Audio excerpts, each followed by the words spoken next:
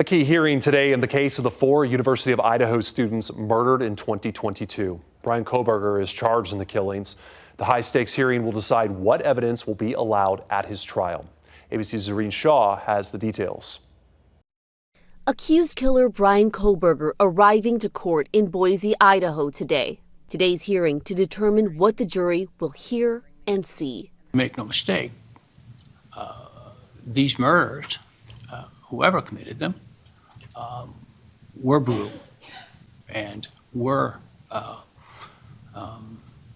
horrific. And so I suspect that the evidence will reflect that. Kohberger is accused of killing 4 University of Idaho students, Ethan Chapin, Xana Kernodle, Madison Mogan, and Kaylee Gonzalez at their off-campus rental home near Moscow, Idaho 3 years ago. The prosecution alleges Kohberger's DNA was found on a knife sheath at the murder scene. The murder weapon was never found, but prosecutors say the defendant purchased a K-bar knife like this one with a sheath and sharpener on Amazon.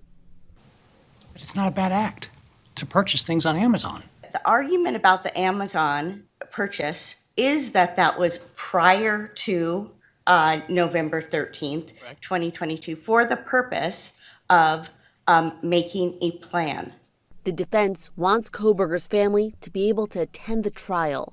From the minute this trial begins, the jury is going to study Mr. Kohberger, and they are going to figure out who is in this courtroom sitting behind him to support him. Kohberger's autism spectrum disorder diagnoses also another issue in the case. The state should not make the general argument that somehow the diagnosis is an aggravating factor. Because of Kohberger's autism spectrum disorder, the defense is pushing for the death penalty to be taken off the table if Kohberger is convicted.